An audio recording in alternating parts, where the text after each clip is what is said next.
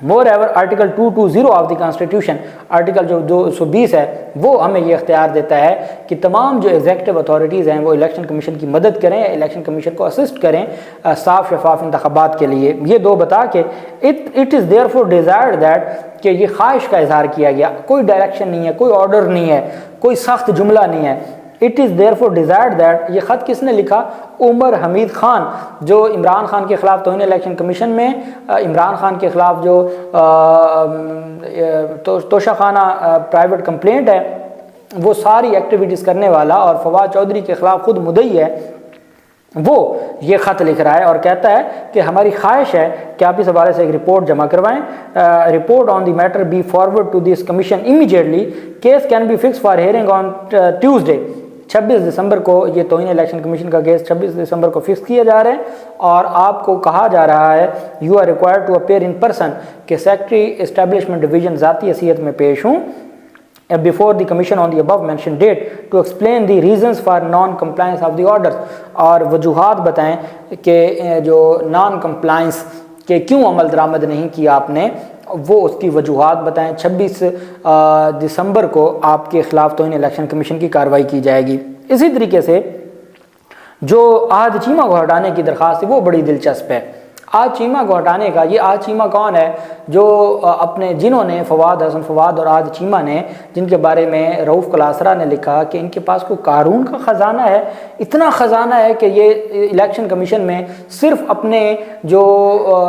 ان کی ویلتھ ہے اس کی دستاویزات جمع نہ کروانے کی وجہ سے یہ اپنے عہدے قربان کر رہے ہیں، لیکن اپنی جو تفصیلات ہیں اثاثہ جات کی وہ نہ فواد حسن فواد نے جمع کروائی ہیں نہ عہد چیمہ نے جمع کروائی ہیں، اس بنیاد پر کہ وہ ان کا اتنا خزانہ ہے، اتنا خزانہ ان کے پاس ہے کہ دنیا پاگل ہو جائے گی جب انہوں نے اگر تفصیلات ان کو جمع کروانی پڑ گئیں۔ یہ